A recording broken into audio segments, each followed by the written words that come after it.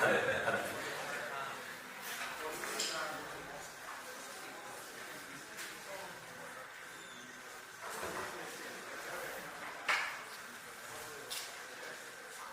morning, everyone.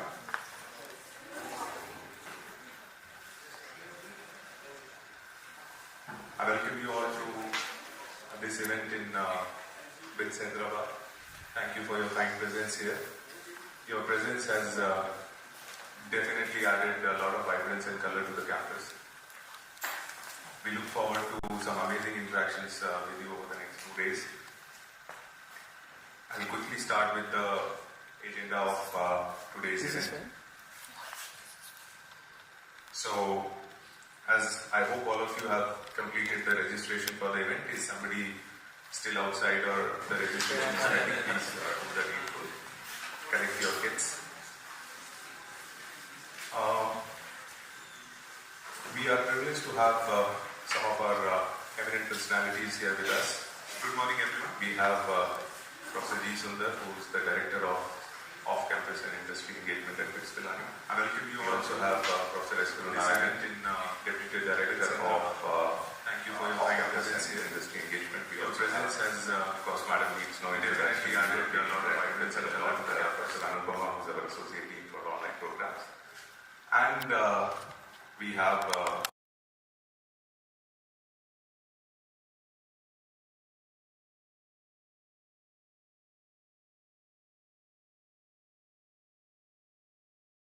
the day's agenda.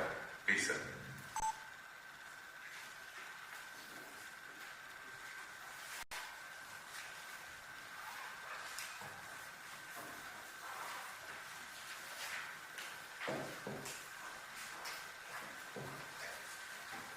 Okay, good morning everyone.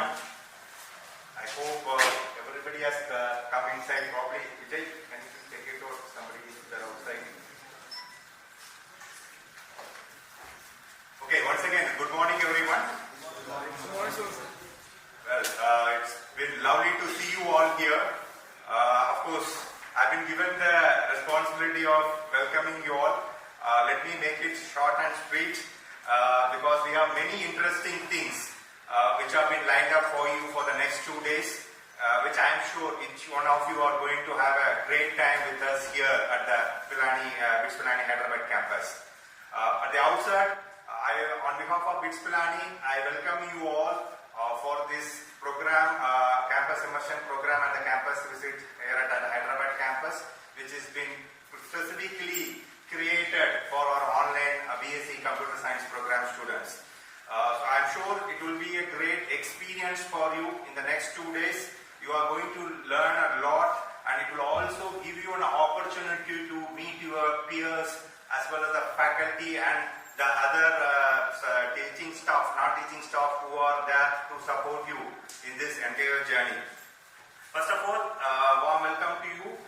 You have traveled from various parts of the country as well as from the abroad.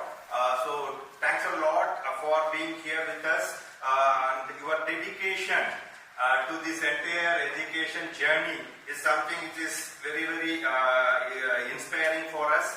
And we also are very confident that in the next 2 days you will have a great time.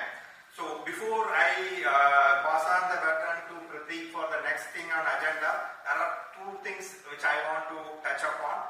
One is our online B.Sc. program actually stands on the pillars of our academic excellence, innovation and flexibility, right? So of course I am not going to elaborate on detail, but these 3 things I want you to keep in mind. One is the academic excellence, the second is the innovation and the flexibility which this program brings in for you. And of course, these things will definitely empower you with some skills and knowledge which will actually take you to the next level in the ever-evolving field of computer science. And in the next 2 days, you are going to attend a lot of interactive sessions. And you will also have many other competitions which are also lined up by our esteemed faculty. So I want each one of you to probably participate in this with full attention, and there are many other interesting things there in place for you. So as you kick off this event, we also want you to ensure that you are also a part of the Pilani community. You can now proudly call yourself as a BScians. Of course, just to give you an update, we have almost close to 2 lakh plus BScians who have got graduated from the various campus as well as the work integrated learning program. And of course, you will be also very soon joining that community. But since you have already entered and admitted into this program, you are also called as a BScian. So I would request each one of you to say with a pride that you are a proud BScian and carry forward the legacy of BITS going forward.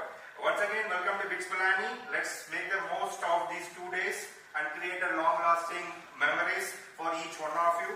And I would also wish you all the very best for your program. You are in different semesters. I know we have 3 cohort students who have jointly come in here. But yes, you have already moved a step forward in your respective cohorts. So I wish you all the very best. Thank you.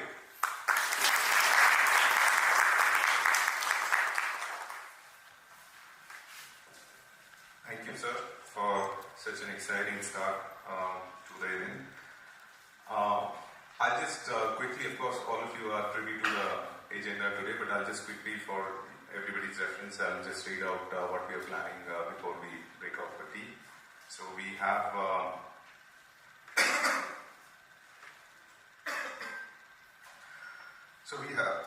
we have the addresses from our eminent personalities here who are here with us. And thereafter, we have Associate Director from Coursera, Mr. Tapish Bhatt, who will be addressing. After Tapish, of course, we are going to break for tea. I'll quickly call upon some of the people who have always guided us, been with us, and it is because of their vision that we are here today. I'll request Professor G. Sundar, Director of Campus and Industry Engagement, to deliver his keynote. Thank you. Please welcome, sir.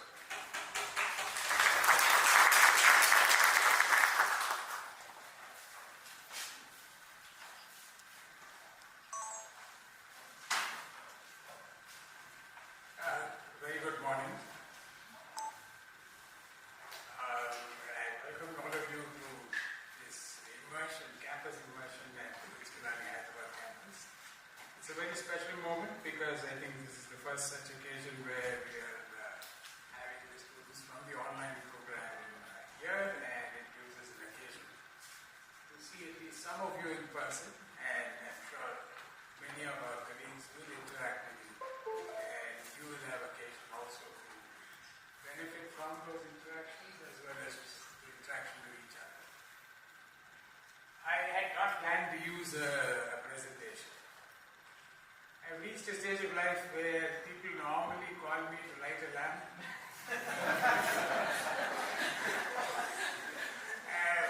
Invariably they say a few words, implying therefore that I should not say more than a few words. Or they say something about bits. It's sort of assumed, and I think not entirely incorrectly, that I don't know anything about anything other than bits. so I'm expected to tell you a little bit about bits and as it so happens, I did that just 4 days ago at one of the other campuses of BITS for a new batch of students entering the BITS School of Management. And I've been doing that for the last 4 years. I don't know why they picked on me except for my age. And I think probably if there is one thing that age qualifies you to do, it is to say something about legacy. Right? So I guess in that sense it was appropriate. I will not go through the entire presentation because that was a 1-hour presentation, and this was supposed to be 15 minutes. But because Pratik started 5 minutes ahead of time and Krishna was brief, I actually have 25 minutes. But I do not use all of those. Let me promise you that.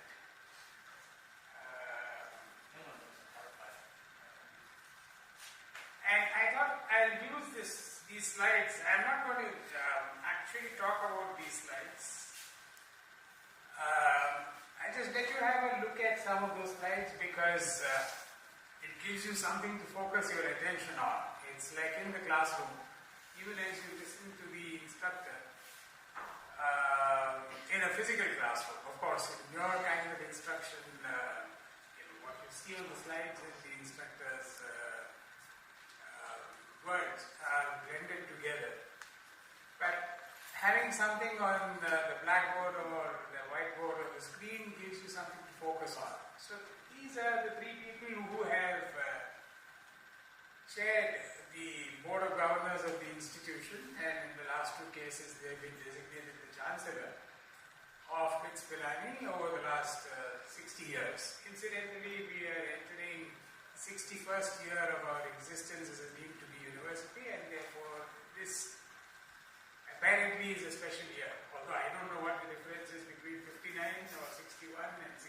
They all seem to be just 1 year less than or 1 year or 1 year more than the other. So I think you want to see three things. The first one says B.Sc. Pilani promotes or will promote a scientific approach of thinking and ensure that there is no dogma. The second is commitment to the promotion of the economic and industrial development of the country, which is a very important part of the philosophy of B.Sc. Pilani. And the third is to provide value-based education, which will not only give you the roots of a solid foundation, but will also give you the ability to become creative and take your wings and produce things or create things on your own. So we were declared deemed to be university in the year 1964 by the amalgamation of different colleges. And what is it that has characterized the institute? Innovation, enterprise, commitment to excellence, adherence to merit, and transparency. And I believe, of course, there are confines to each of these definitions, especially the word merit, because merit can be defined in several ways depending on where you were born. But within those constraints, we have ensured that we have always committed ourselves to maintaining these values as we have progressed in our journey. These are some of the key milestones in the evolution of B.Sc as an institution. We started as a tiny pathshala. You must know, or you should know, that Pilani, where it all began, is a very tiny, dusty village. Right?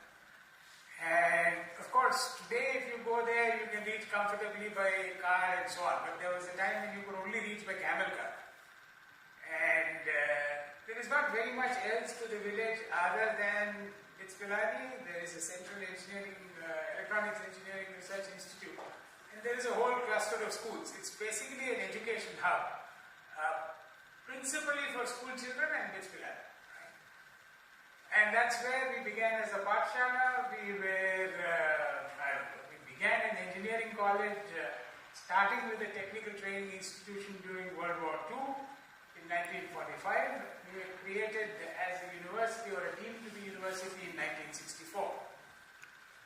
One of the things that B.Sc. Pilani is very proud of is that is one of the two institutions in the country, along with IIT Kanpur, and I think we just it's one of these photo finishes where one person stretches his neck and wins the race. And I think we just won by that margin in terms of the introduction of modern educational reforms in the country. Many of the things that are taken for granted, where the student had a lot of choice in the selection of courses, or what is called by the UGC as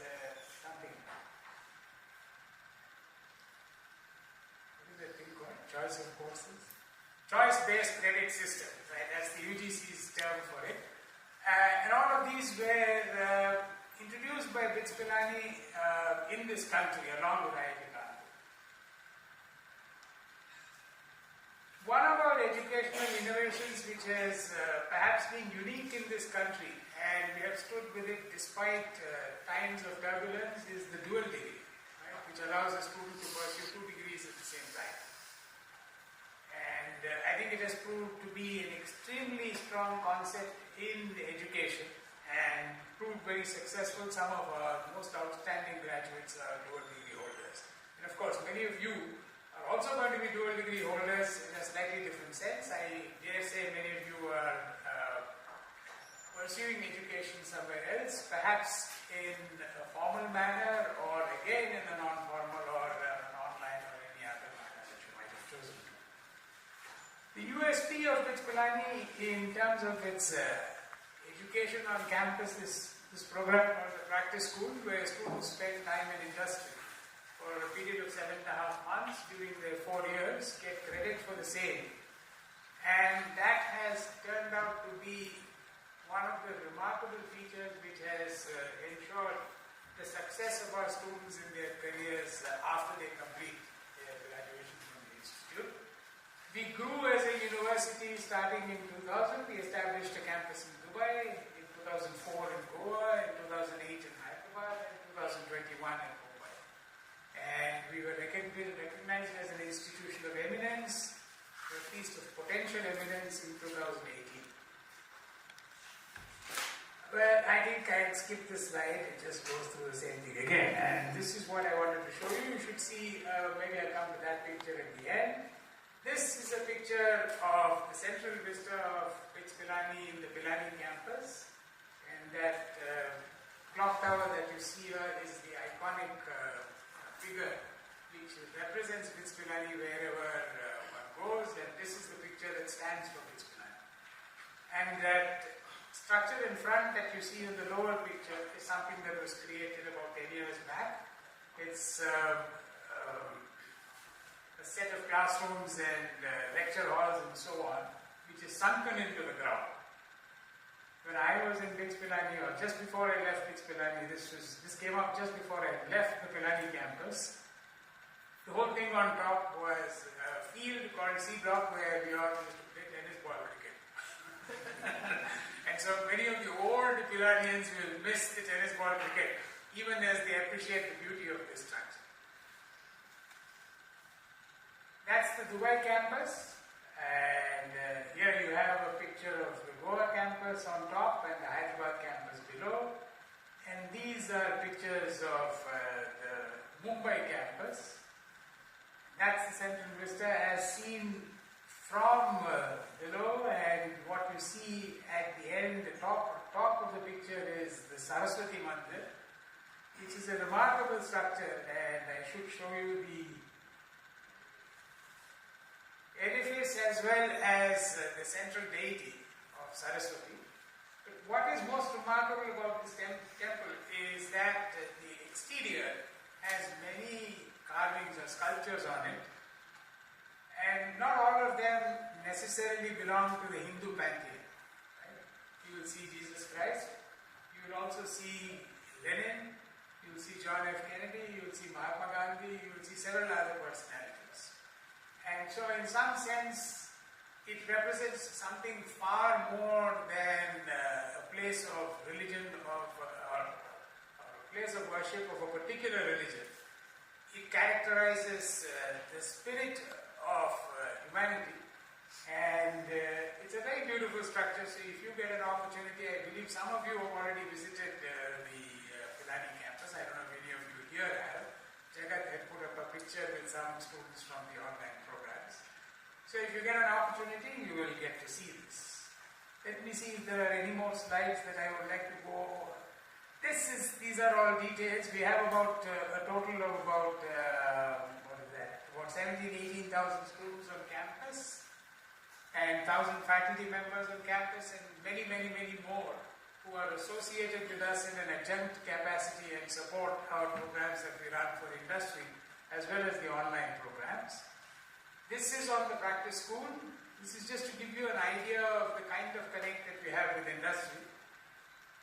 That's the magnitude of the operation in a year, and we get close to about 1,000 PPOs annually for our students through the practice school. It's not that everybody accepts a PPO. And a very large amount of money, about 115 crores, was paid out as stipend support to the schools last year for carrying out their projects in back to school. This is some statistics about the programs that we run for working professionals, and this is just to tell you that B.Sc Pilani has been for long equipped to carry out education, which is different in its approach from the education that typically happens on a campus. And so we believe education can happen anywhere. It happens in the classroom, it happens in the workplace, it happens when you deliberately send students out to a workplace, and it is in our control meaning the control of the institution and the faculty members as to how well we are able to make it happen. This is just to give you an idea that we are also, as an organization, we have to evolve continuously. So we began as an institution which was totally focused on academics, especially at the undergraduate level. Then we established our connect with industry.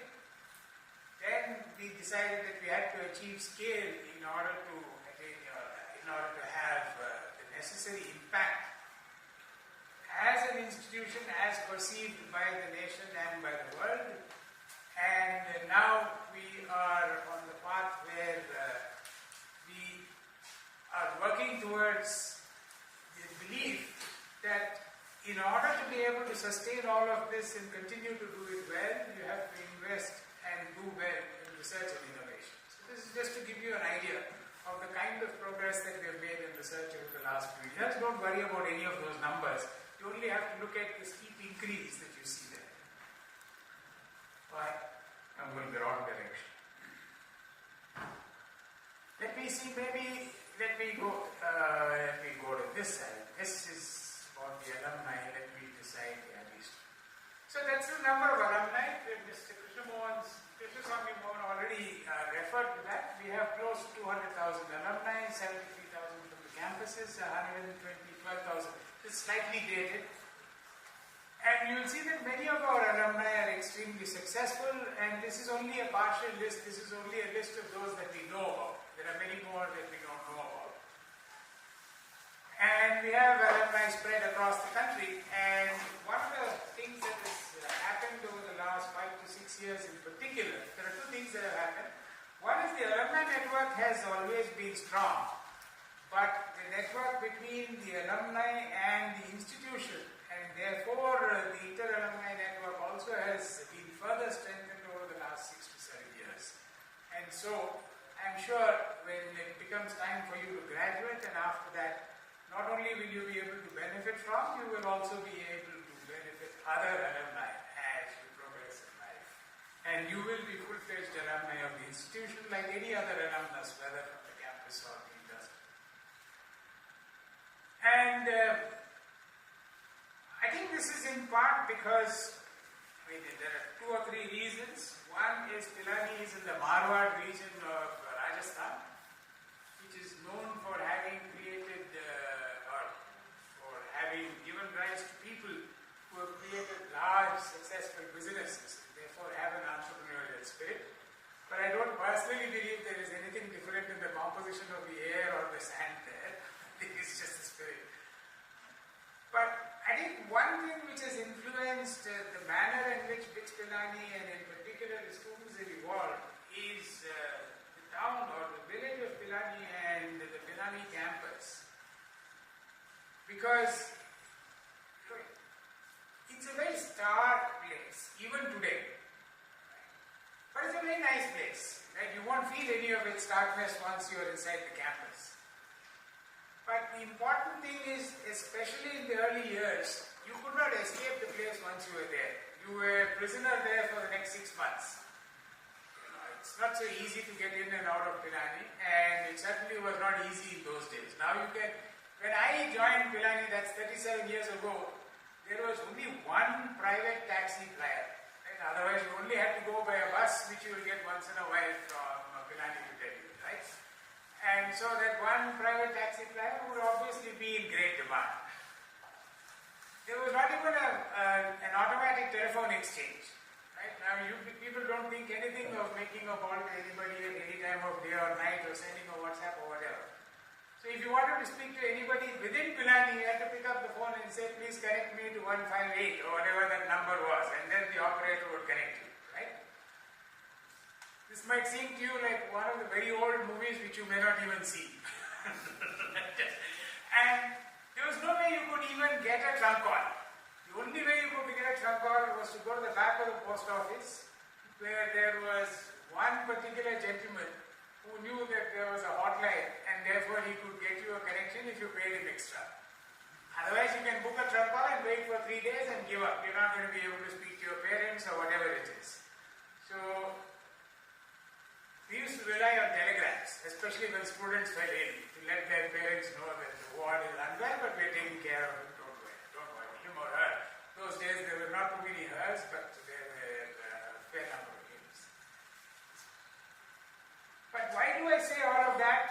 I think that played no small role in developing the spirit of the students. So the students became very creative because they were left to their own resources. They had to find ways to keep themselves engaged. There's only so much you can do in terms of attending class and studying the same thing over and over again. In fact, they don't do much of that. They don't do enough of that stuff. So what that led to was to enable people to bring out their creativity, to enable people to try out things, and to convince people that they should work together and they should work together towards common goals. And that, I believe, has played no small role in leading to the success of B.Sc and its alumni, as perhaps being one of the most successful creators of entrepreneurs in the country. Certainly there is enough statistics to prove that. There are 113 unicorns in India today, and 15 of those are B.Sc unicorns, and one of those is a decacorn. The rest of it is detailed. I will not worry about that. You can find those things in many places. I think I will stop with the presentations. There are international collaborations. We are doing very well in the rankings, increasingly, and so on. But this, let me just keep that there on. One thing that I would point out additionally, which I have not spoken about, is that B.Sc has always been an early adopter of technology. And why I point that out in particular is one, because most of the other things I've already mentioned. But more importantly, perhaps, our tendency or our inclination to adopt technology in whatever we do is one of the reasons that we have been able to get into, and in whatever manner, especially with the support of Coursera. Incidentally, I also welcome all our friends from Coursera who are here for this event.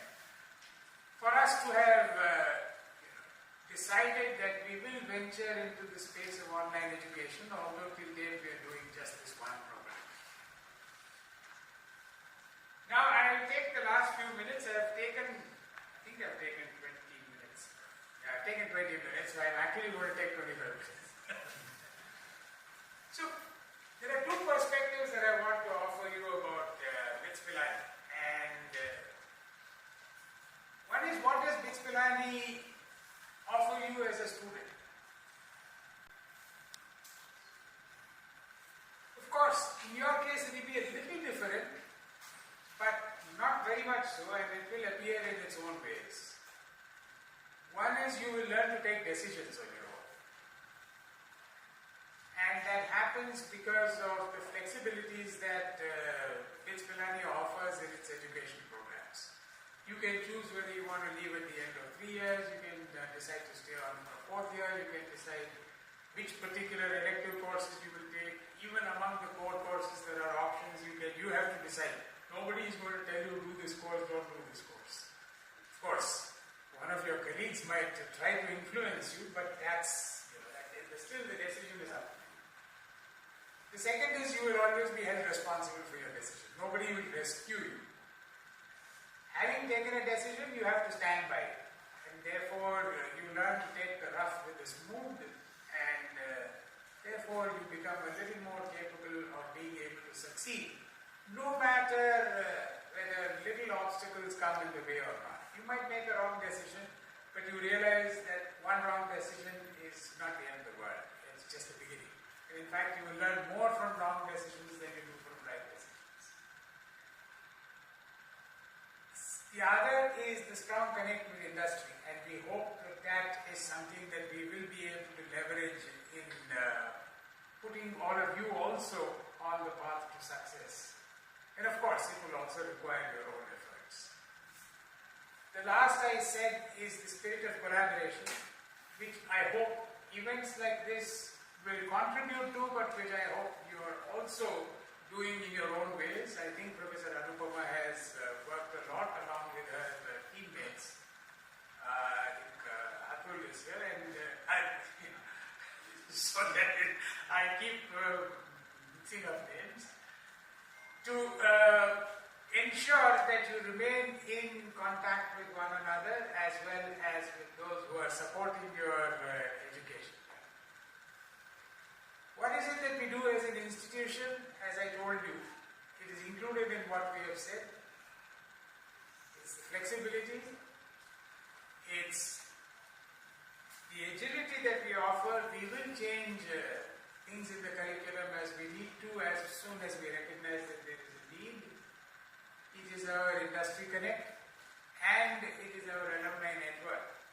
And last but not least, it's the immense commitment of our faculty to ensure the success of our students. So, having said this, let me welcome all of you once again to this immersion program. I hope that the online program, I'm sure it must be exacting on you, because I'm sure there are other things that you're doing. But I'm happy that you've been able to cope. I hope we are able to provide you adequate support in ensuring that you're able to cope. And please rest assured that even if you do have difficulties at times in managing all the different things that you have to, we will make sure that you succeed, not just in completing the program, but also in launching you in a career that is to your liking as well as to your benefit. Thank you very much.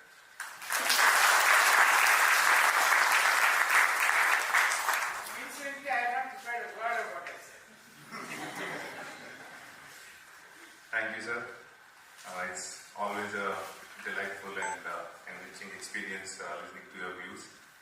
Thank you for taking us down the memory lane in Pilani, telling us about how this institution, this great, amazing institution came into being.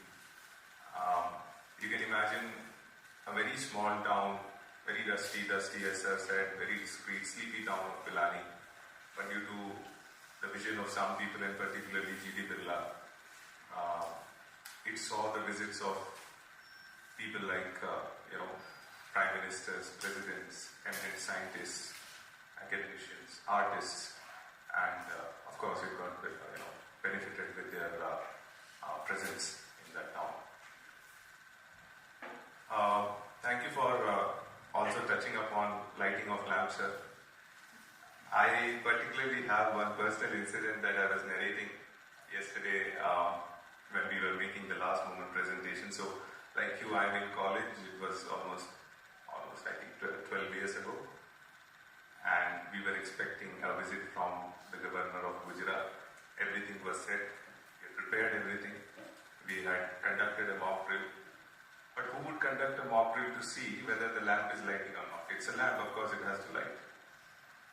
And the governor arrives, everything is looking good, and suddenly we find out there are no matchsticks, there's no matchbox.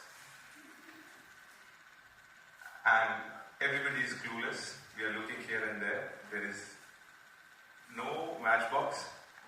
We are also exploring if there is a smoker in the house who can help us with a lighter. But unfortunately, in these situations, they will not raise their hand and say that, yes, I've got one.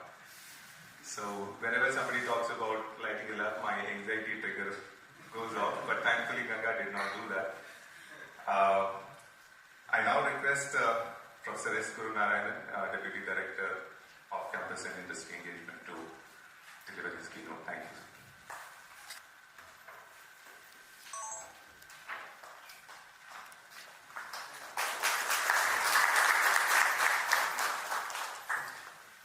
Good morning to all of you. I do have a presentation, so I started preparing a script, but I decided I want to use it. I'm also going to be brief. Welcome to Pilani. Welcome to Pilani Hyderabad campus in particular.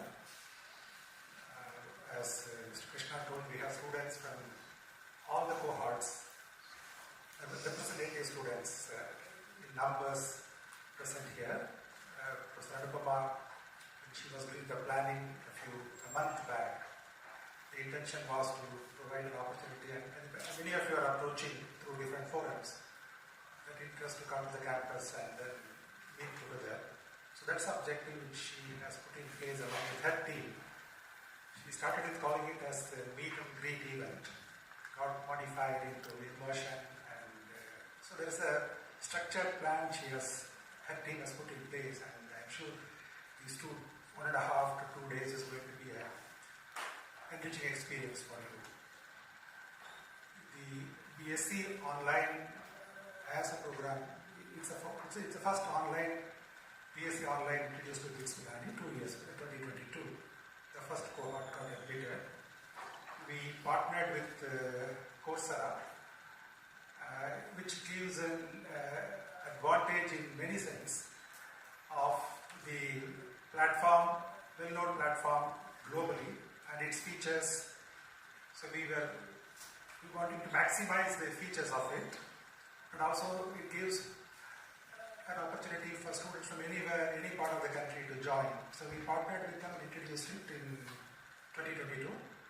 By now we have admitted 3 cohorts, and students of different cohorts are in the different phases of the program.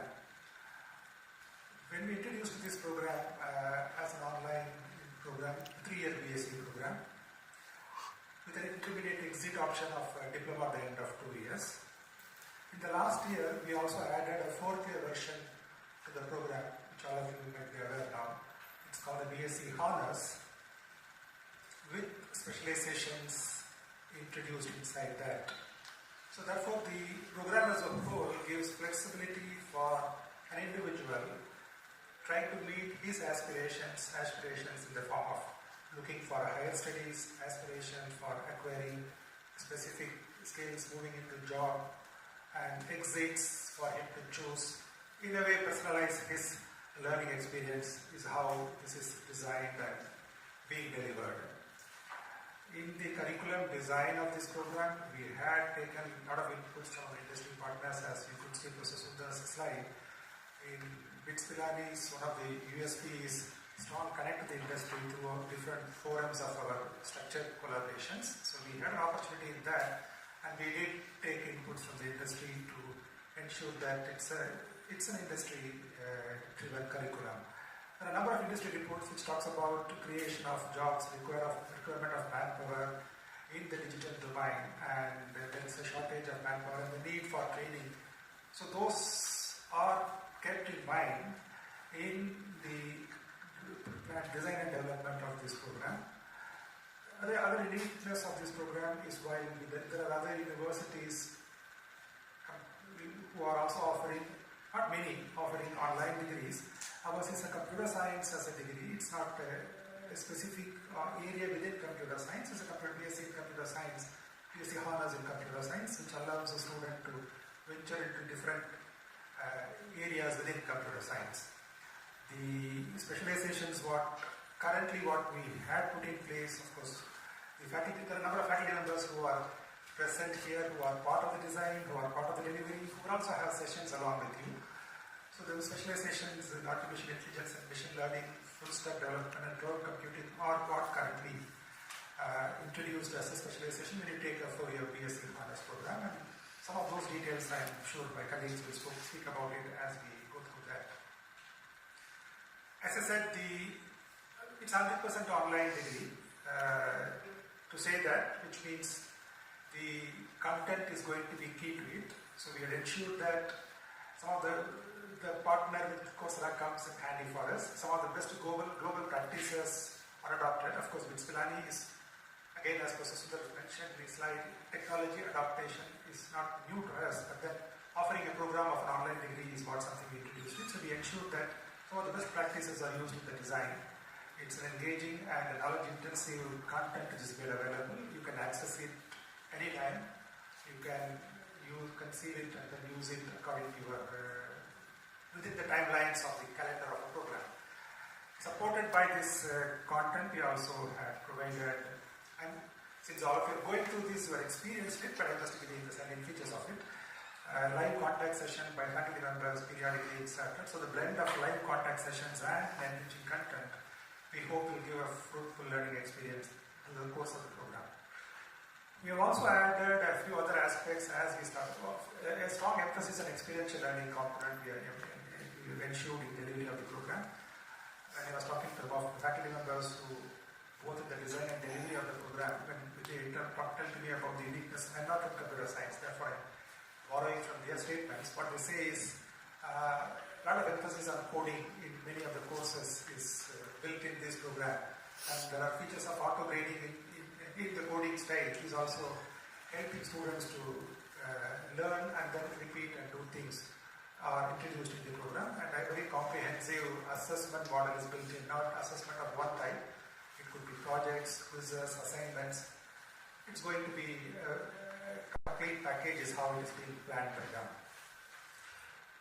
Going through the experience in an online environment, because we are not connected all the time with the faculty member. The environment in the campus is slightly different from the environment what we study in this particular program. We feel the need for providing a better connect with you in addition to the teachers and the content.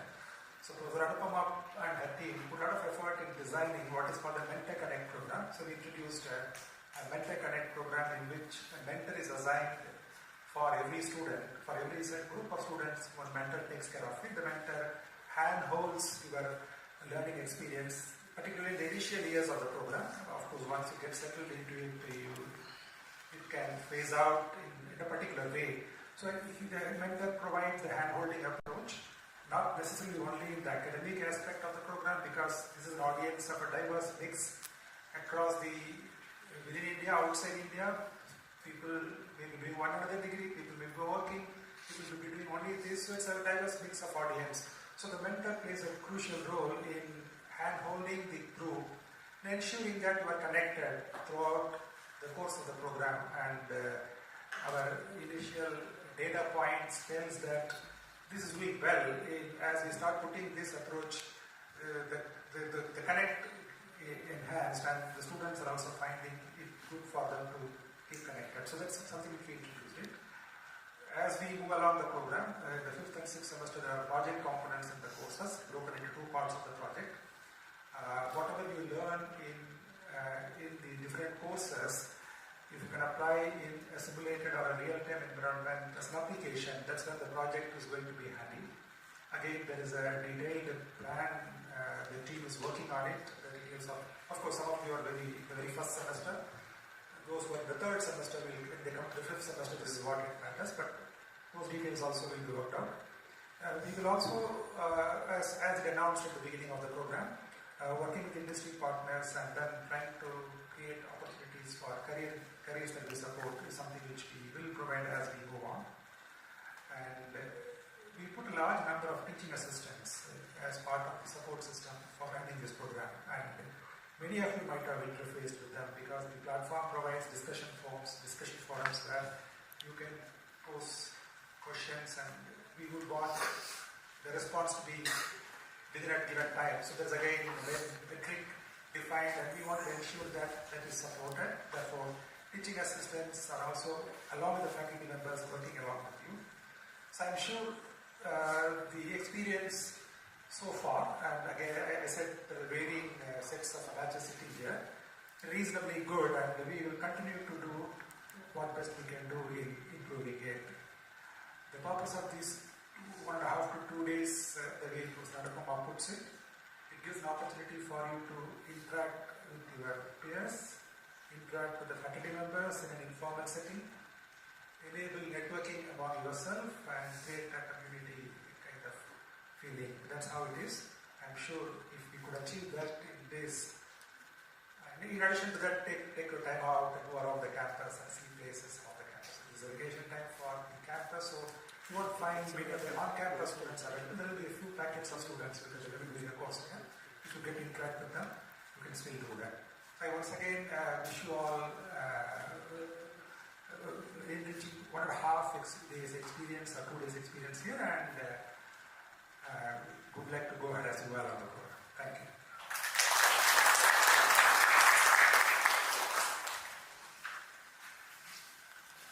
Thank you, sir, for helping us understand the journey of the online B.Sc program and what we look forward to in the near future. I now request our very own Professor Anupama to come on stage and deliver a keynote. Thank you.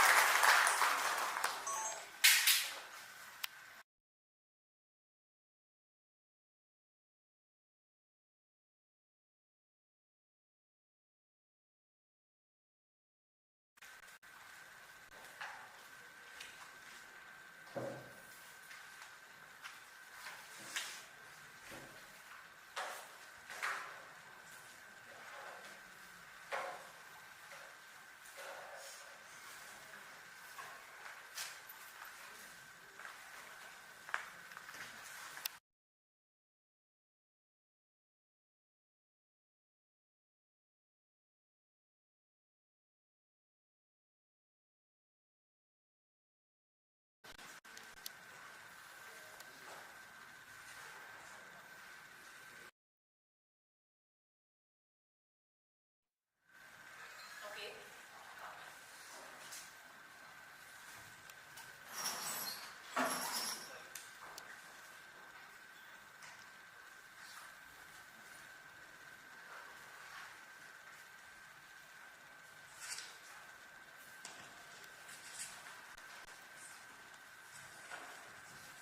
Good morning, everyone. Good morning, sir. It's a great pleasure to see all of you. I know all of you in a certain way, some of you quite a bit, some of you may be lesser, but now I'm starting to put faces to the names which I had in mind and how your progress has been. So you have been watched over by me for quite a long time. So it's nice to see all of you. Welcome to this campus. I've been asked to talk about the various strategies for success, learning successfully online. I don't know whether I have ever learned successfully online, but I have taught a lot of online courses. My students have been successful, hence let me also take the credit of my students. So maybe I am successful in a way online. Now, all of you, I think many of you are doing a second degree. How many of you here are doing a second degree? Okay, how many of you are working?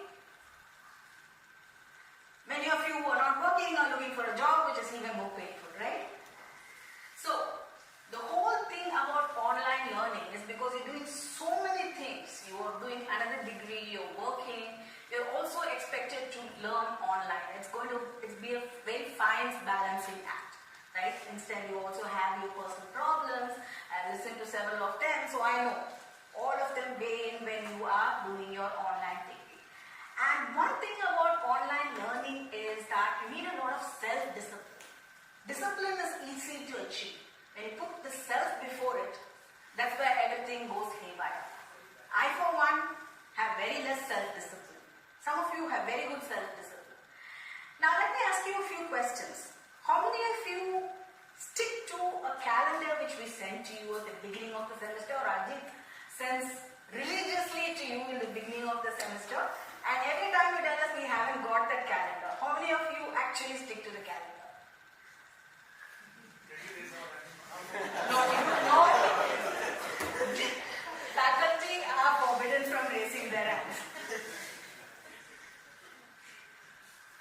Okay, that's one. Thank you. How many of you actually watch videos before an assignment or maybe an evaluation component. How many of you wait until I send you those 10 warning mails? This is the last date for you to register for the comprehensive examination. I think that would be the majority of it, right? So all of you binge watch on the online material that we have put up.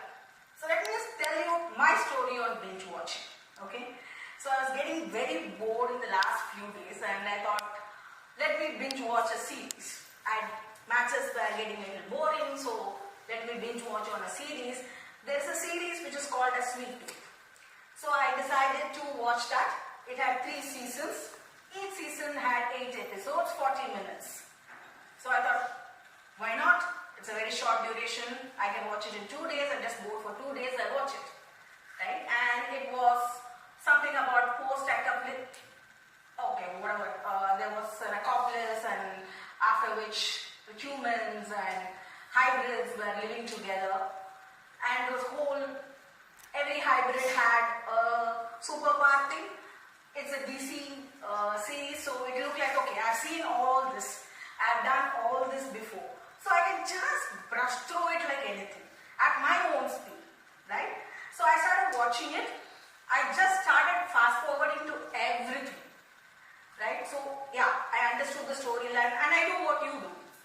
When I hear a new name, I just go online, do a search for it. Okay, there is enough material I understood from whatever I read in half an hour online. The entire series I understood in half an hour online. Then I started binge watching it, right? Fast forwarding towards the end, till I came to the last video. Last video for you also is very important. There are going to be hints about the comprehensive examination, isn't it? So I wanted to have a proper look at the ending. So what I did was, I sat through the whole thing, and somewhere in the middle of the video, there is this small hybrid boy who's half deer, half human, who started on whether humanity was worth saving. What are we doing? Humans are killing nature. We are destroying. We are fighting with each other. There is infighting. We turn against each other. We lie, we cheat. And I was thinking, where did that start? This was supposed to be about superhumans, it was supposed to be about secret powers, etc. Right? And that was a surprise for me. So what did I do? I started all over again. I started right from the beginning, and then I got the whole thing. It was all about humanity and whether what humanity is doing wrong, and humanity, is it really worth saving, under what conditions it's worth saving. For me, what turned out to be a superstar film or a super hero film with funny villains, etc., which I just binge watched, became something which was really serious. See, that's the problem with binge watching. You miss the message, right? If you watch every video, you have to understand every faculty here, when they bring out 3 minutes of content or 5 minutes of content, so much work, so much planning, so much technical stuff goes behind it to make it appealing to you. You want to balance it? Don't do what I do. Don't binge watch. I would say something very simple. Take it one course at a time. Take it one module at a time. Take it one lesson at a time. When you do that, you really understand the essence of the lesson. Why that lesson has been put. What is the plan in the faculty's mind when they put that lesson to you? It might look like I already know it, right? But it has been put there for a particular place or a particular reason, right? So very simply, one course, one module, one lesson at a time. And for God's sake, take a break now and then. Even when I binge watch, I remember to take a break. Reflect on what works best for you. It's not that it's a universal mantra to success, especially in online learning. Yes, self-discipline is very important.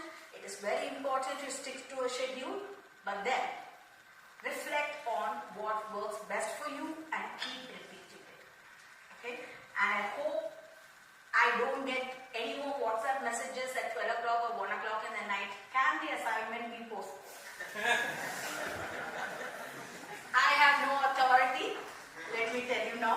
You can bother the instructors at 12 o'clock or 1 o'clock in the night. Okay? That's all I wanted to tell you. Thank you and welcome to the campus once again.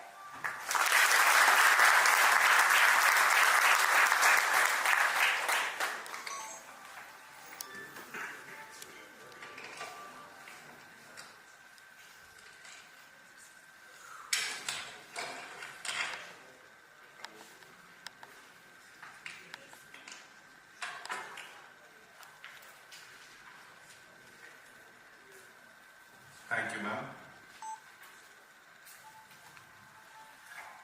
Thank you for touching upon watching videos. The only video I have watched in loop is my wedding video, where I was told I was looking good by my wife. She had her own reasons. I'll now request Mr. Tapish Bhatt, Associate Director, Coursera, to deliver his keynote. Tapish, please.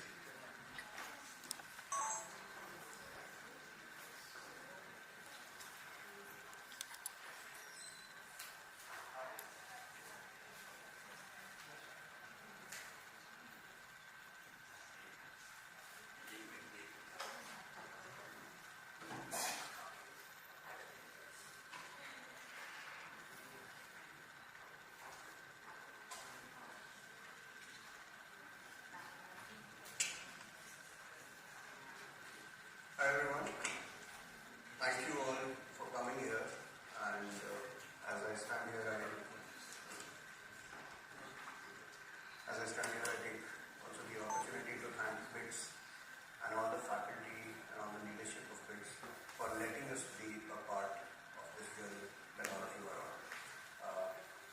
Today I was asked to speak on how do you leverage Coursera, like you guys are learning on Coursera. And Coursera has been around for about 12 years now. We work with a large set of universities, students and corporates around the world. So whatever is, whatever I'm saying, whatever I'm going to present, comes from that learning that we've had over the years, running different kinds of programs. And so this is just a gist of that. So when I talk about digital skills, right? So if you see emerging jobs today, and this is all coming from Coursera research, this is coming from the Future of Jobs report from the World Economic Forum. The key transformation jobs where you see more demand is AI, machine learning specialists, data analysts, scientists, maybe professionals, project managers.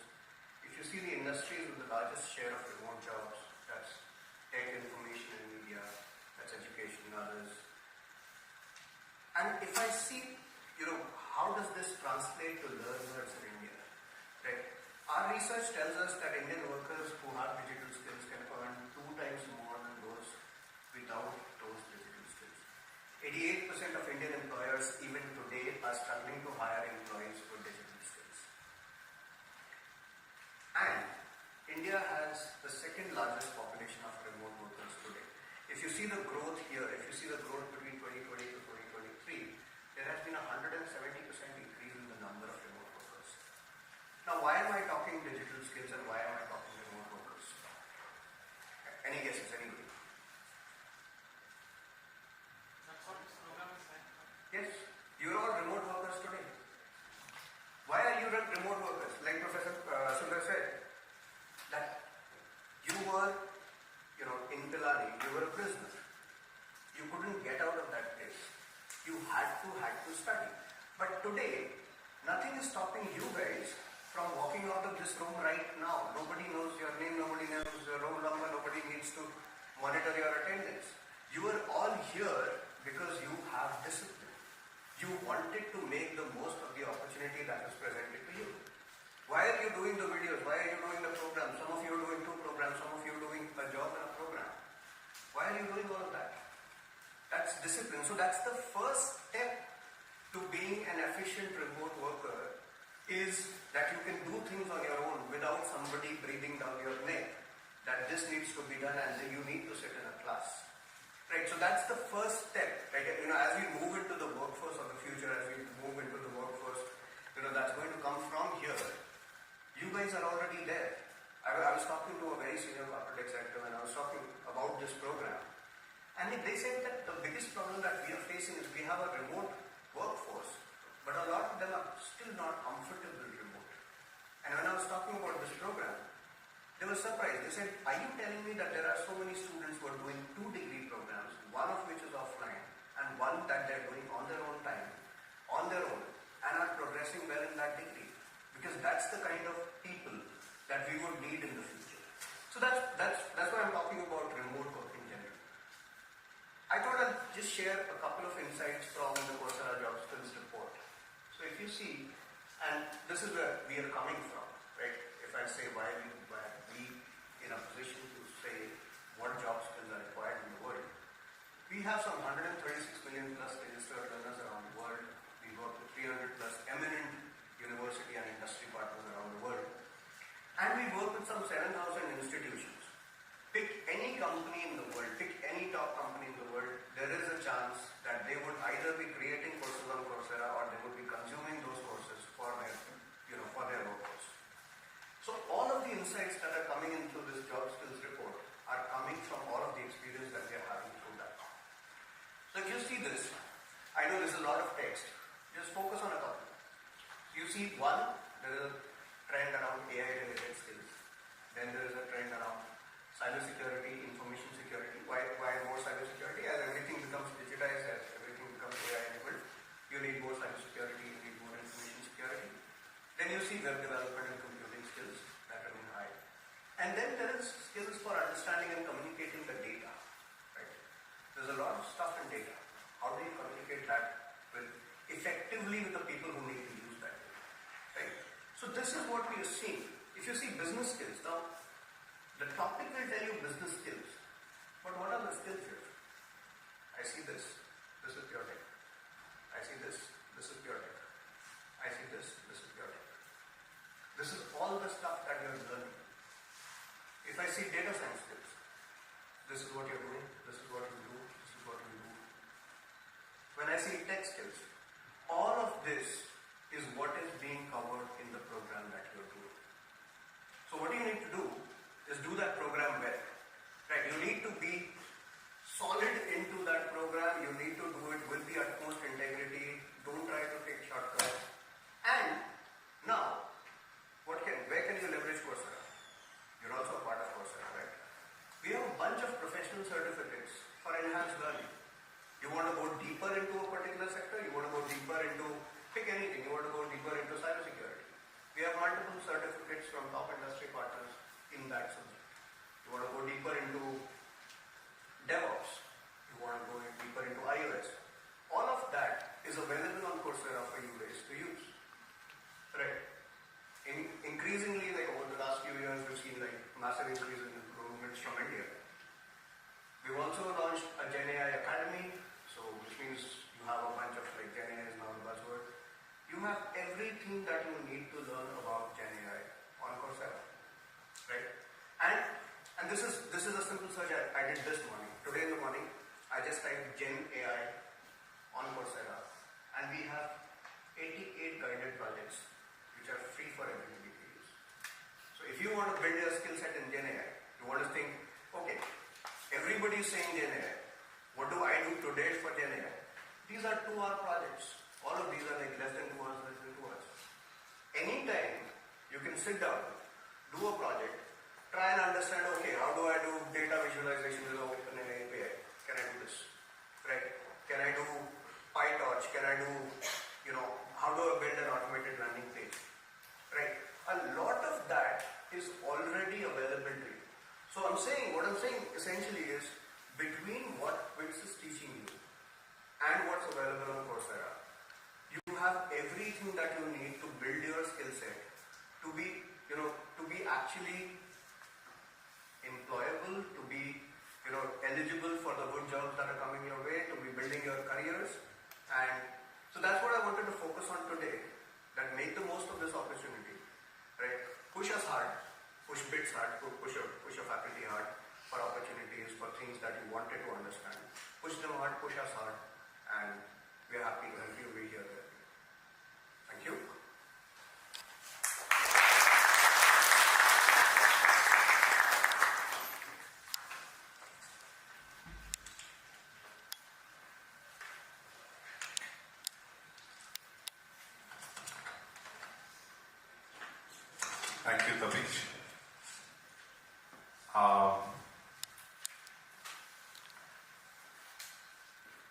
Tapish has spoken about how Coursera is working with several institutions, including, of course, B.Sc Pilani, in creating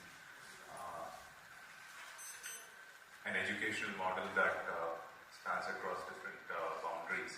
And you can understand, compare it with maybe 15, 20 years ago when we did not have these things. If you compare now, somebody sitting in a remote village having some access to internet can actually enroll in these amazing programs and enhance their skill. So that's the beauty of B.Sc Pilani coming together with a platform like Coursera. We'll now take a quick break for tea and reassemble perhaps in the next 15 minutes and begin with the next sessions. Thank you so much. Thank you for your time.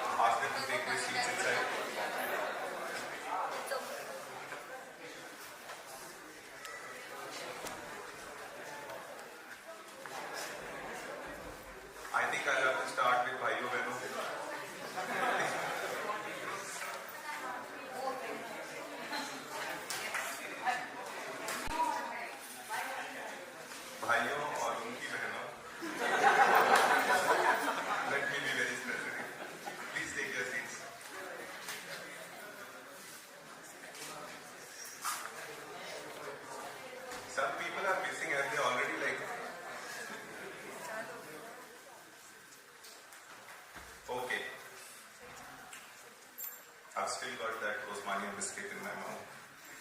But somehow I'll spell out the agenda now. See, we're talking about the role that education plays, and you saw Professor Sundar throwing some light on that. You also heard Professor Guru Narayan and Professor Anupama.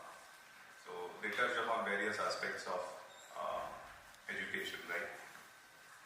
So you could understand that, of course, education plays a very important role in terms of academic advancement, research and development, technology, science, everything that you can think of, economy.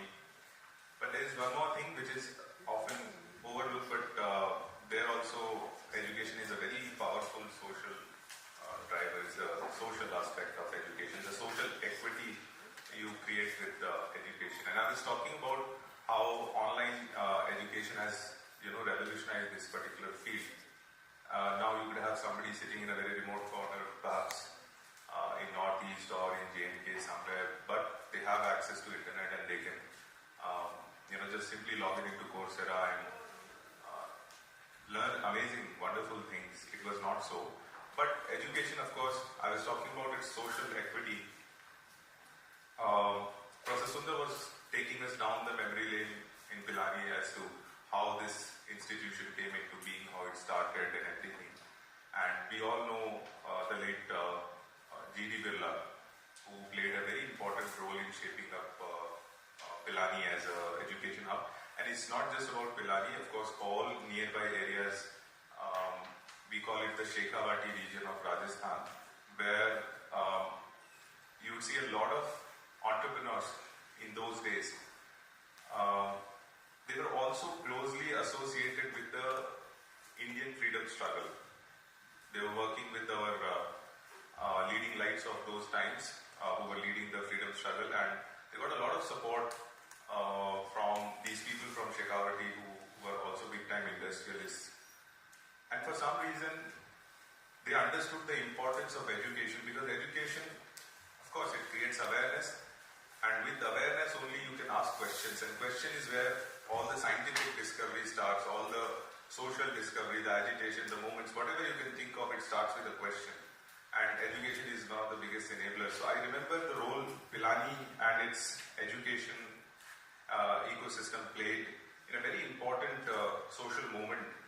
How many of you have heard of or are even remotely interested in India's freedom struggle, the history? There was a Praja Mandal movement going on at that point in time. Have you heard of it? This is the tragedy of education in the last 30 years. This is what liberalization has done to us. If I'll ask you about something very flashy, like anybody who's heard of who's that big magnet? Elon Musk, I think. Everybody knows it. Yeah. So anyway, that's why people like me are here, to remind you about some amazing things that happened apart from, So Pilani was a very small town, and I'm talking about the time which was 1930s and 1940s, when the Praja Mandal movement, which was basically against the feudal system that we had in many places, including Rajasthan, where apart from the Britishers who were ruling us at that point in time, we also had a lot of feudal lords who were ruling over principalities like Jaipur, Jodhpur, Udaipur in Rajasthan. And there was a huge and a very popular farmers' movement that erupted against the feudal system, which survived on collecting taxes from the farmers.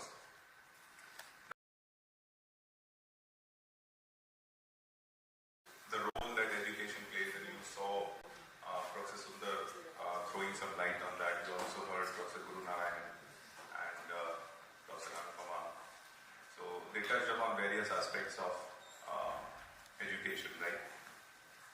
So you could understand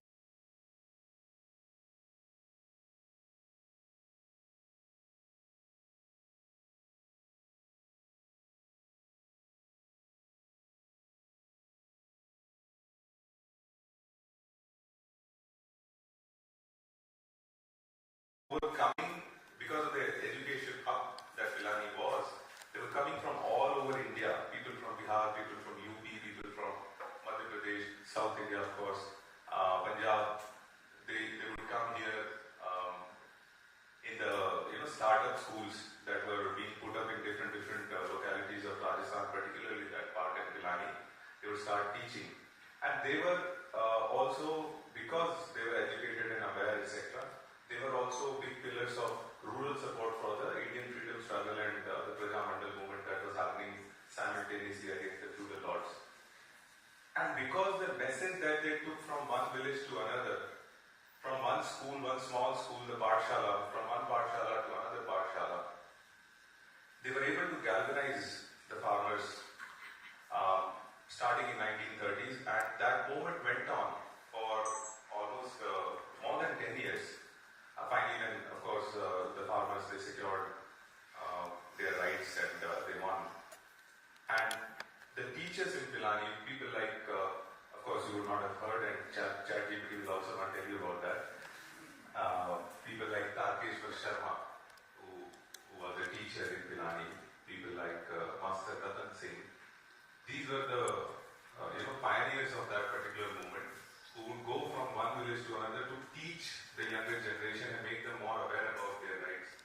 And this is how they were able to mobilize an entire region where farmers gathered under the banner of Kisan Sabha and agitated against the feudal system. And of course, by the virtue of that, big freedom fighters have come from that area, because they were also engaged in the Indian freedom struggle, and people went to jail for that. People were tortured in jail because of these things, but ultimately they were able to secure victory. So education, sometimes of course we focus a lot more on technology, we talk more about the economics of education, but we forget or maybe sometimes we overlook the social aspects also.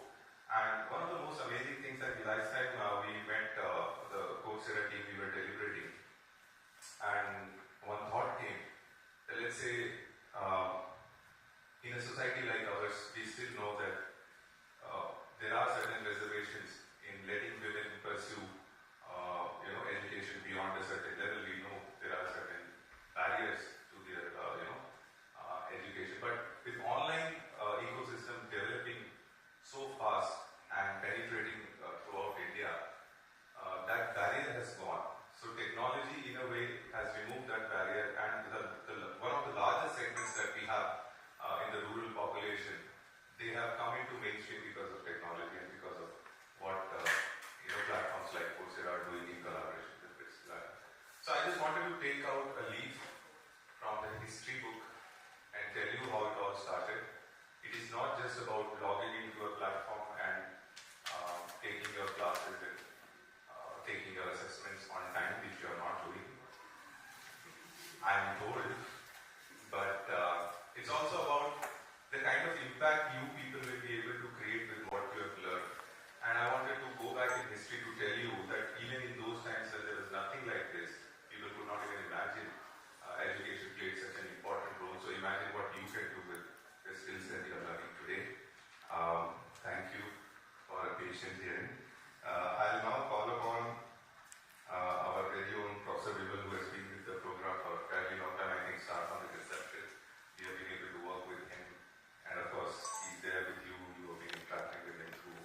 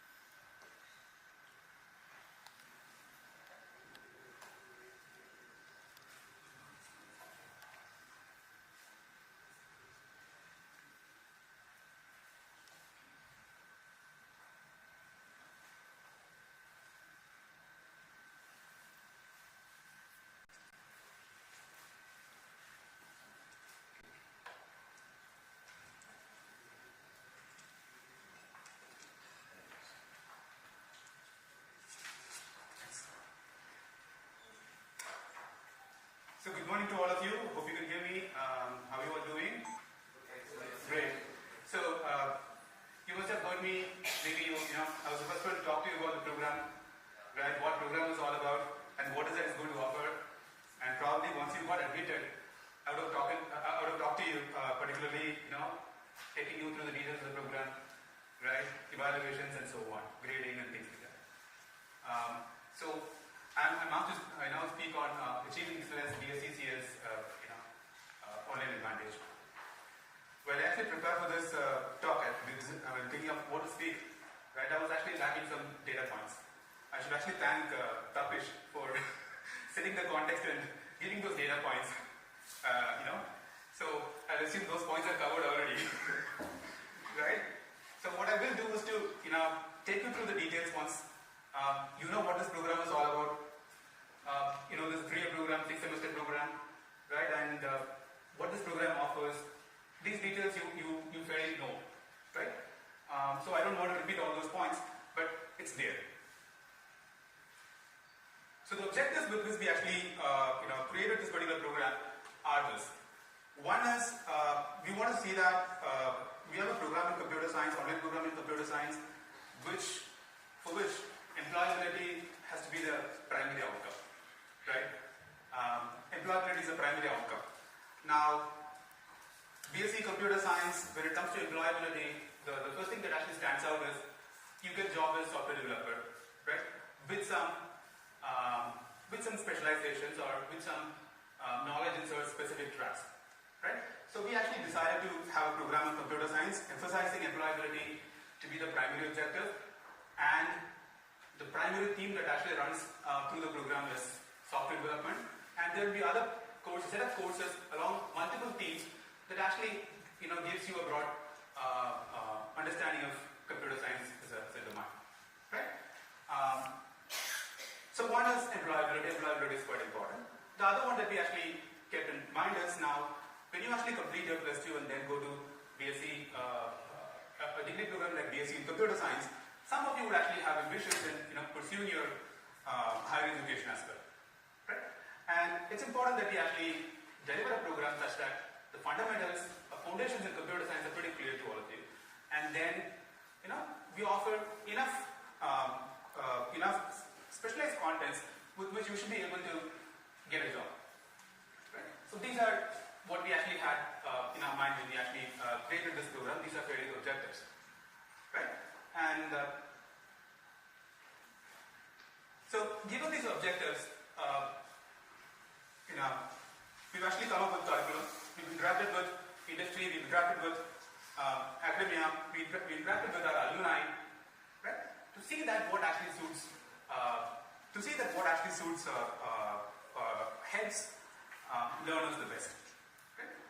So with those learnings, we've actually put together a curriculum which gives a strong foundation in computer science. Right? And if you just look at the curriculum, I'm seeing students actually from first cohort, second cohort, third cohort, right? The students who are in first cohort have actually seen set of courses which are basic, right from basic mathematics. We've actually started teaching you right from what is bits, right? And how to define what a set is. We actually started almost from ground zero, right? So, and then there are a set of mathematical courses, humanities courses. It's necessary. These foundations are quite necessary. And then when it comes to CS foundations, we've actually started with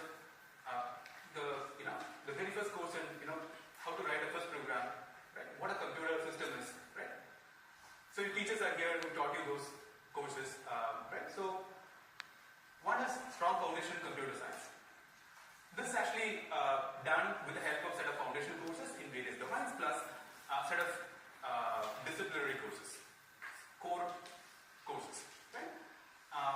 The core courses actually takes you from very basics of computer science to a level where you actually can, where it actually helps you to develop softwares on your own. Okay? And we ensure that, software development alone as a simple program may not actually be sufficient.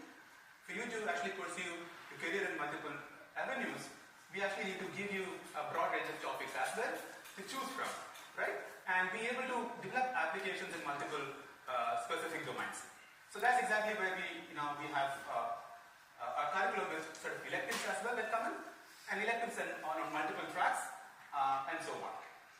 Okay, and we want to see that these courses are actually industry ready to a particular level that you talked about how to the industry practices, principles, and then specific exposure to specific domains, domains in application development as to how to develop an application for web, mobile, how to use databases to leverage application developments, right? And then give you fundamentals into courses that actually are in the line of future of computer science or the current trends of computer science. We actually want to take things from the very basics to all the way there. Right?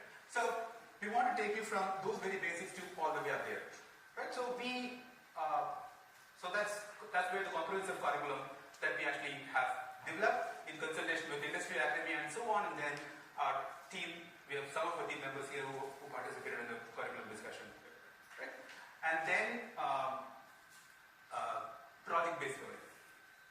So if you see the curriculum at the end of your curriculum, third year, you have 2 projects. Right? So we actually thought, okay, why not one project? Typically in a degree program, there is one project. Right? We understood that this is an online program where students are actually not with us in the campus. We're not seeing them every day to actually follow things up. When we actually give a project assignment to students, what happens is, by the time we actually complete 3 months, 4 months, their problem statement would have said, we're not ready, right? And then at the end of 4th month, your project statement is not ready, and then your semester gets over in 2 months, another 2 months time, and you've got to show progress. So we want to create, we want to have a checkpoint and see that, okay, fine, you actually, come up with a problem statement, get it approved in the first half of the year, third year, and then take it further and implement it. So these are actually elements that came from understanding the requirement better, right? And that gives you 1 year time. That gives you 1 year time to actually work with developing a software for problems that you actually have identified. So we actually see that these are kind of features that we have in our curriculum. Now we have our curriculum and we want to deliver, and the audience is actually online. Right? We have pretty good experience in actually delivering programs to the industry, working professionals. So that experience gives us an understanding as to, if our students are actually a working professional with some working knowledge, right? And then, how do we really go at designing a curriculum and then deliver it? But now when it comes to online, our audience are even more, even more kind of audience are there, right? And that's where the postdoc came in and introduced us to, some specific that we will see, right? They actually introduced us to Lisa, someone who's actually doing a degree in, B.Tech in mechanical or B.Com or something like that, or pursuing a degree, and then he or she want to do a computer science degree so that he actually can enhance his value proposition, right? And we need to actually ensure that our delivery mechanism to ensure that Lisa can actually manage her workload better, right? And there's another person, Kavya, I think someone would be here, right? Someone who took a break from her work and spent time on certain, personal affairs, and then, you want to do a degree, right? And then after that, you want to look for an opportunity. Has to manage his family, a certain other business, and then they want to do a degree. She will have different challenges, but then she has a purpose, right? She has a purpose. She wants to, get a degree, and then she will have her dreams and things like that. So we need to help her. So and then there's another guy, that he's working for a finance company, he has to manage his work, and then the objective is, if he actually does a degree in computer science, finance plus computer science is going to give him an edge at work, right? So he has a motivation, right? He also has his own constraints, right? He has to manage both. Right, and there is someone who actually says, fine, I'm working with finance or something, but then I just want to change my career. Right? So all of these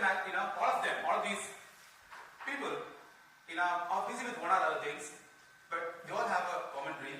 They just want to take this computer science degree for one or other advantages, one or other benefits for their future. Right? So it's important that we actually design our delivery mechanism to see that the content that we actually want to deliver is effectively delivered to suit these people. Right? So that's exactly where, when we actually decided, okay, how do we really, design our delivery mechanism, we need to actually look at all these people, look at all of you, right? And then we need to actually come up with a delivery mechanism. The first thing is, I have a degree delivered for different group of people, right? So flexibility is the key. The constraint for a working professional versus a student who's actually doing a degree simultaneously versus etc. could be different, right? So we need to actually see that there is some amount of flexibility, right? We learned a bit from Coursera, and then when we started offering this degree, we also started learning from you. And you actually had, could observe that, the cohort 1 batch particularly, once we started offering the program, we took input from you, we learned from you, and we actually, gave some flexibilities, we changed our way, we improved our way that suits you better, right? And the content is largely delivered online, personalized, the pace is kind of, you decide your pace, but then, please, make a note of what Matt said in the morning, those reinforced things. Whatever time you actually give, do it sincerely, but then do it at your pace, right? Schedules are kind of flexible. We don't actually say that this is a day where you actually come and write exam. We actually give a range of dates, right? We give ample time for you to submit your assignments, quizzes, and things like that, right? There are certain things that we actually learn from Coursera and then learn from you, and we actually evolve our mechanism to ensure that our objectives are actually met better. Now, the challenges with each of you are different. And it's important that we also do our bit to see that you are on track. Right? Typically in an online degree program, you would actually see that the content is actually delivered completely online, and you get quizzes, you get assignments, everything online, and you are on your own. Right? But we are doing, we have our own experience dealing with huge number of students who are actually working professionally, at least some class of people we know quite better. So we want to ensure that, we actually do some kind of a support to see that you are actually on track. The support came in the form of, one is a weekly live QA session, right? I know the attendance is not great, but then even if there's one student available, the teacher would still be there to listen to your question, answer it there, and if there are two students there in the session and there is no question, he or she will actually add additional perspective to what is there in the video content to see that, we do our bit. The next thing is, ma'am introduced mentors, right? They are actually behind you. You didn't register for exam, your assignment submission is not done, right? And so on, right? They are actually behind you to see that, to get your involvement. So second thing that we actually, said is, we should actually give you a supportive environment to see that, to help you, with accomplishing your dreams. So the benefits that we expect you to get is, of course, progression in your career and your pursue, you'll be able to pursue your dreams in higher education and so on, right? And you heard from Tapish that two things. One is the demand is growing, right? And you are pays more when you actually bring more value on board, right? When you actually do a B.Sc in computer science or a program of this kind, you certainly bring value on board, right? You certainly actually, you actually can go for a 3 months or 4 months certification program to actually do an AI course and ML course and then be there, right? There is a reason why you actually have chosen a 3-year B.Sc degree program, where you actually wanted to go through the basics, entire basics, right? Do a broad range of courses and then get to certain advanced topics, right? Why should you actually take a long route? That actually gives you advantage in the dynamic environment now. You need to actually change your domains, right? You want to solve problems for this and that, right? It actually helps you make relevant in the dynamic environment. So structured formal degree in computer science is certainly going to help you, but that takes 3 years time. You need to dedicate. That requires its own work. You do your bit, we do our bit, right?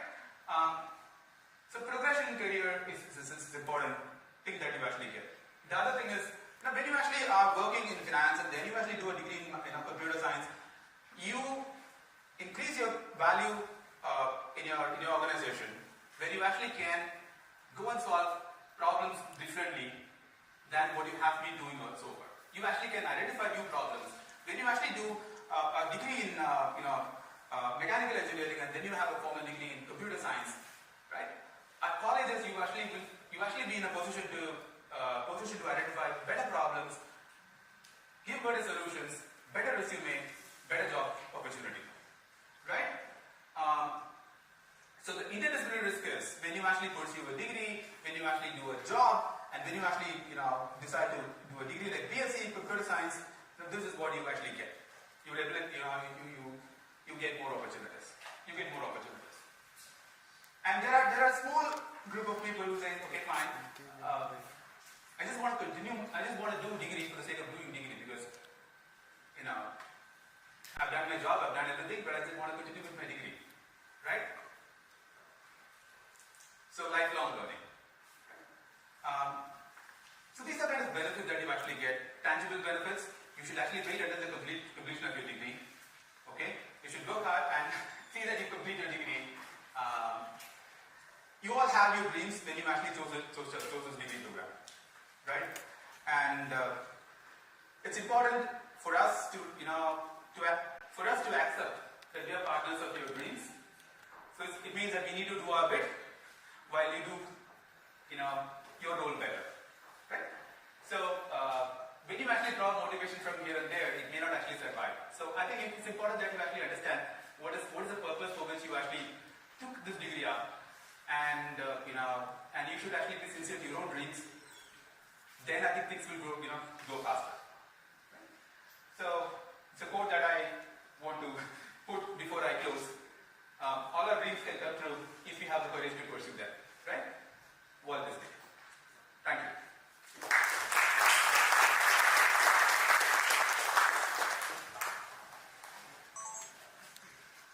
One remark. I'm not actually talking about B.Sc honors. There's a session that's actually kept at 4 o'clock today. So I'll talk about B.Sc honors today.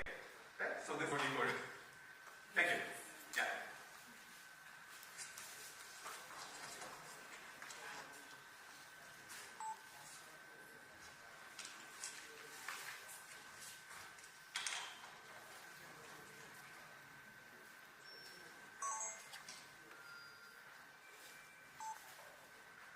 Thank you, sir.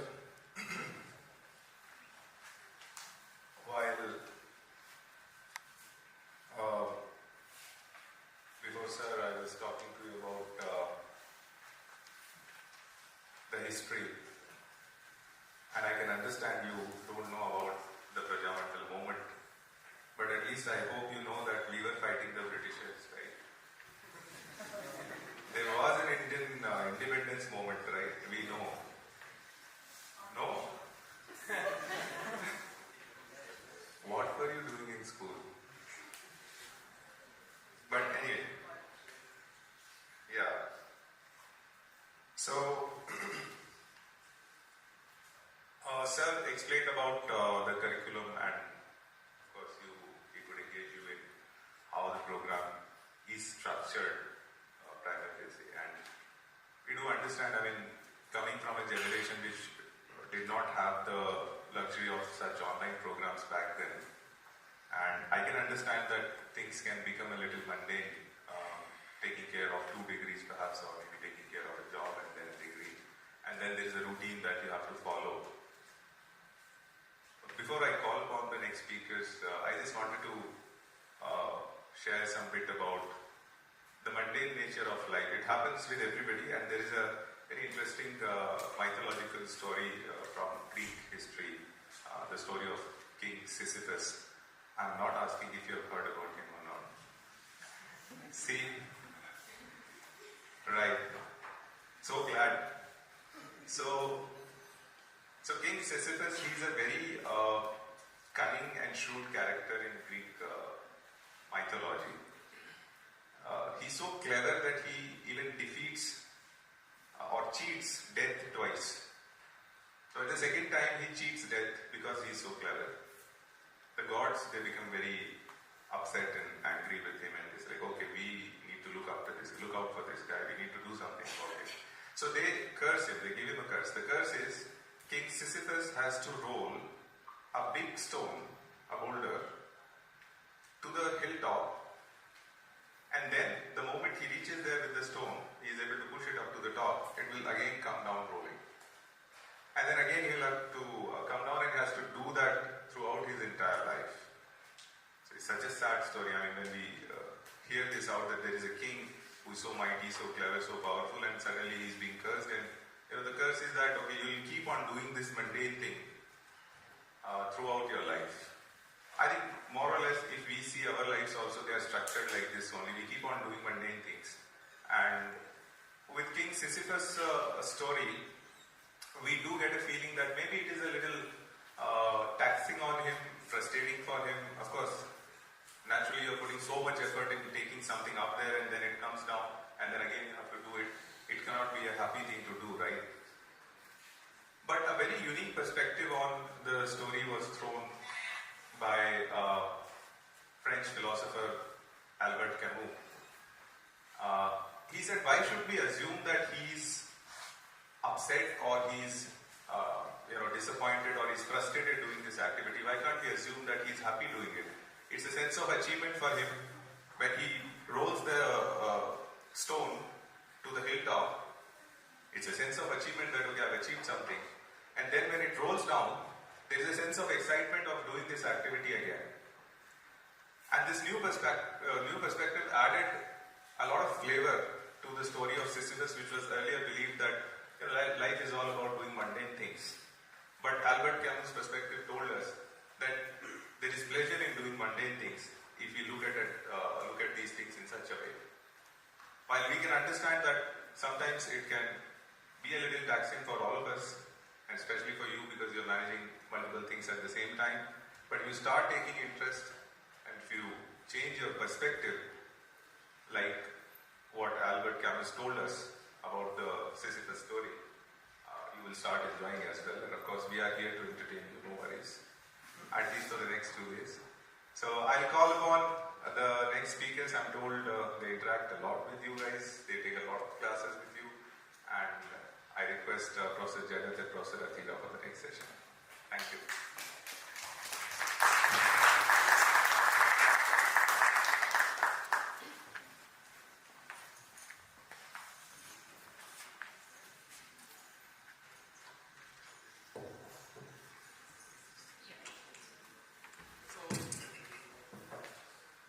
Good morning, everyone. Thank you, Alumni ma'am, for asking us to speak. It's so nice to meet all of you. We don't have a specific agenda to speak, no slides, nothing, just few things. So basically, we were asked to speak about how you should be navigating through this curriculum. I mean, what are the best practices which can help you navigate through our B.Sc online curriculum and make best use of it. So we'll be speaking just for 10 minutes. We'll be speaking a few things which we thought we can mention. So I'll start and then ma'am would give her input. So the first thing, I just made some pointers. First thing is, be regulated in your studies. That is, if a schedule has been given to you, a calendar has been given to you, try sticking to it rather than binge watching the videos or doing everything just before the exams. Anupama ma'am has already mentioned this, I'm just repeating this thing. And one thing I would like to emphasize is attempt the practice quizzes and practice labs. How many of you don't do it? You can be honest, it's okay. Practice quizzes and practice labs. So in data structures course and introduction to programming course, we have so many practice labs and we see very less people attending them. But you submit the autograded assessment somehow or the other. But you don't attend the practice labs. And how do we know that you have actually learned what you are supposed to be learning? Right? So a lot of effort has been put by all the teachers in creating the content, and a lot of effort is being put by the team led by Anupama ma'am in getting the content delivered perfectly to you. You guys have, in certain sense, the content that you have has an added advantage over any of the campuses. For example, nobody brings a compiler and teaches how to code. That doesn't happen on campus. On campus, there are lab sessions where they're given a lab sheet. They have to read the lab sheet and do everything by themselves. Nobody tells you that this is how you should be coding, this is the next line of the code that you should be writing, and why this line has come in. I'm taking one example. And the best part you guys have is the lightboard videos. The on-campus students, nowhere in this, I would say, in our system, have this advantage of watching lightboard videos. It is possible to use lightboard for on-campus teaching also, but nobody does it. We look at the board. You do it now? Oh, that's wonderful. So we look at the board and we write it like that. We are not facing you, but with lightboard we are actually facing you while writing. Right? We are actually facing you. So many courses, including Introduction to Programming, Introduction to Logic, there are videos which are lightboard videos recorded. And mathematical courses, especially Venkat's courses, they are on lightboard. So make best use of it. I mean, that is something which is really wonderful. Okay, so you have an added advantage when compared to many others who are into this. The other thing I would want to tell is, again, part of the first one, please do not procrastinate. Try to be regulated in consuming the content, lot of content. Yes, I have to recognize the effort Coursera team and our vendors have put in to create such, to get such wonderful videos created, and I mean, of course, videos for all of us together. And the platform in itself is such a wonderful platform, easy to navigate, and many features in it. Make use of them. And discussion forums is something which can really help you to learn a lot. Study and then put your question on the discussion forum. Not only you, everyone else will get benefited. Right? So ma'am, are we doing with enloading? Continuing with enloading?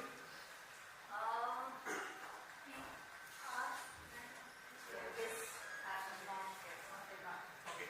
Nevertheless, Coursera platform itself supports discussion forums. So please make use of them, put your questions, and you will receive answers. Alright. And you are free to write to the instructors also. I mean, I do receive a lot of emails and we make sure that they are answered. So another thing I want to emphasize here is, please keep your purpose clear why you are doing this course. Most of you are doing it for employment, right? So, how many of you are doing it for employment? To get a good CS job? Right? Obviously, you want to get a good CS job. Please keep the purpose clear. Do not forget this and focus on your learning. And I mean, I don't know whether I should be supposed to be saying this here, but I anyways want to mention this. Please don't indulge in unfair games. Okay? So, if you are doing it, you are cheating yourself. You are not cheating anybody, you are cheating yourself. You may think that I have cheated the invigilator or I have cheated the instructor. No, you are cheating yourself. You are cheating your own learning efforts. Be sincere, be genuine, have a nice attitude of learning, and get yourself ready for a successful career ahead. And we have got plenty of resources, right? And in the morning, Guru Narayan sir was also mentioning about employment opportunities and all of that. So you will have good opportunities coming forward where you can excel in life and do wonders. Okay, so few things which I just randomly noted down. And I would like to mention one thing away from this topic. So Anupama ma'am, when she started, she mentioned that she is expert in digital learning. I'll tell you, in 2013-14 you recorded microprocessors, ma'am, that is being used on date in Pilani by students. Do you know this, ma'am? I know, I get many students come and tell me that we hear those 10 years old recordings by Professor Alumni, and that's it, they done microprocessors, and it was on Coursera. So she's an amazing expert, and that's why she was chosen for this role of leading the entire thing. And you guys are very fortunate. I mean, one thing I would like to tell you that, she is very much concerned about you guys. She wants you guys to consume the content correctly, on time. And when she notices that students are not watching the videos on time and not doing things properly, she really feels sad. I mean, she expressed it to me on phone once. I live in Pilani, she lives in Goa, so we talk on phone. And she expressed it, that why students are not consuming it properly. Although so much of effort has been put from our end, from their end, to create the content, manage the courses. Take it seriously, and I'm sure you will excel in life. The content is wonderful, no doubt about it. You may not find this kind of content in many other places. I can say this with assurance because I've been part of the content creation. So please make sure you take the best advantage of it and excel in life. That's what I wanted to say. Thank you. Thank you, ma'am.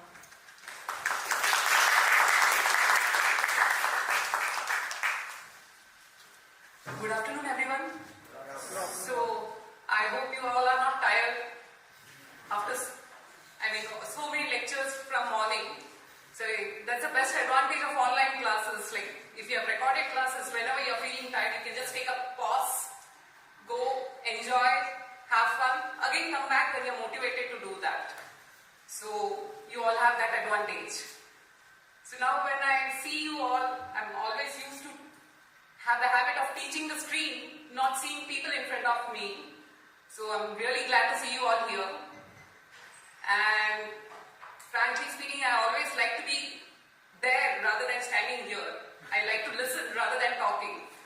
So I'll just share just 5 points which as a student always helped me. Like one of my professor whom I idolize, he shared these 5 points. So I would like to share the same 5 points to you, which will help you in learning. So one thing is, whatever information you get, gather it. So the first thing is listening. That's what I said, like since you are enrolled to online sessions, you have video. If you miss something, you can always pause, rewind, listen. Gather as much as information you're getting. So right now I was listening to Anupama ma'am, Vimal sir, many people, like there were so many good insights which I can still use in my life. So gather as much as information you can get. So that is the listening part. Next is assimilation. Whatever you listen, try to understand, whatever positive things you're gaining, just imbibe, okay, this is what I learned, what does that mean, where I can apply, think, ask questions. And you always have this discussion forum where you can ask your peers, okay, did you get this? Does that make sense? Or you can ask the instructors. Also you have, like for every course there are like some 5 TAs always ready to help you. You can send them mails either through the B.Sc CS or you can put them in discussion forum. So just understand everything, grasp, assimilate the things what you learn. It's not just, okay, some subjects will be of interest. Like now you are enrolled for CS, you will be thinking, oh math, I don't want. Or some writing practices are not interested. But of course you will learn and it will be helpful in some other times. Basically I am a mathematician, so I never thought that I'll ever learn bio. But then later part, like during my PhD, I understood that, oh no, I need to learn. I had to learn some courses from neuroscience, but it really helped me a lot. So same way I'll say, whether you like or you dislike, listen, assimilate. Not only after you understand, it's always good. So the third point is recollection. Not recollection, and you have to ponder over it. Repeat. Okay, this is what I've learned. What all? So as you complete one module of one particular subject, think, okay, what all are the things I've learned? Just try to, can you list it in your mind? If you can, write it in the paper. Okay, if you write it, you will forget it. It's always good to do this mental activity. Okay, so this is the first course I did. This is the first module. What all I have learned? What are the things I gained? Of course, something you will miss. It's okay, no problem. When you revise again you'll remember. So pondering over things again and again, it will help you. Then comes the recollection. Like you have listened, assimilated, you repeated. You should be able to recollect at any point of time. It's not like, okay, I've completed, I've managed to complete the assignment, just forget about it. Week 1 over, done. No. It's always a good thing. You should be able to recollect. Maybe after like 2 semesters, 3 semesters, what did you learn in writing practices? Or what did you learn in the other course, Introduction to Programming? Things like that. That will help. So if you are successful in all these 4 steps, then application part comes like whole lifetime you'll be applying whatever you have learned throughout your life, whether the school days, college days, in your office, even during your old age you'll be learning and you will be applying things. So given a problem scenario, okay, these are the things given. So what have I learned? Can I apply these scenarios, like whatever techniques I have learned, whatever new things I have learned, can I apply it? If I can apply, how can I apply and how can I try to solve this problem? So if you follow these 5 steps, I'm sure you will succeed. Okay, for some it will be faster, for some it will be different time rates. That's okay. But I'm sure it really helped me in solving problems. I mean, that's a way, whether it is mathematical, like given hypothesis, you have to prove something. So what all you know? Apply it, get it done, solve it. If not, okay, so there is some inadequacy. So I need to learn some more techniques and then do it. So that's it. Those are the 5 things I wanted to share. All the best. Hope to see you all again and interact personally. Thank you.